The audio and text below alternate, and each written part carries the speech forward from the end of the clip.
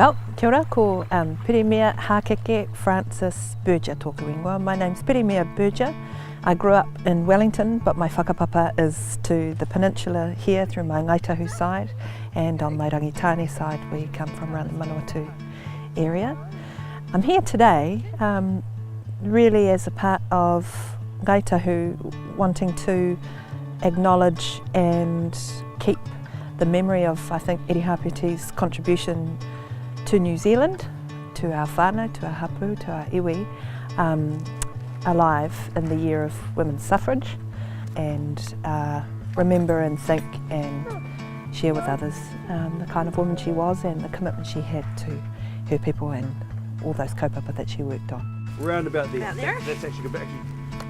Okay, Annie, add some gold please, little lady.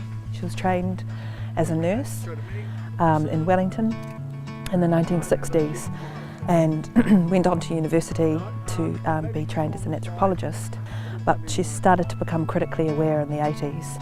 The service that Māori were receiving and the results that came out of it were beyond poor, were unjust, and were grounds for massive change. And she saw the root of that as the results of colonisation, of ongoing colonisation, and the need for a transfer of significant power back to the people who needed it the most because they were suffering the most.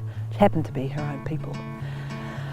And Irihapeti's work, which was called Kawa Whakaruruhau, tried to change that dynamic. Cool. And I think out towards the trees again. Beautiful. That's really Okay, so the significance of these po are far-ranging. One is that they were effectively the brainchild of my uncle Peter Ramsden, who is the younger brother of Irihapeti. And so we've got huikai in blue, tūhaitara in red, and tautahi in green. The thing that I'm particularly fond of up here is that tūhaitara is the woman, and she was by reputation fearsome, confident, and I think Uncle Pete was right to ensure that she was here. Koukourarata is a matrilocal area, meaning that the land here is inherited through the women's line, which is uncommon. So I was very much brought up on a diet of mana wahine being not a new concept to the way we work. But that's not to whakaiti the role of men.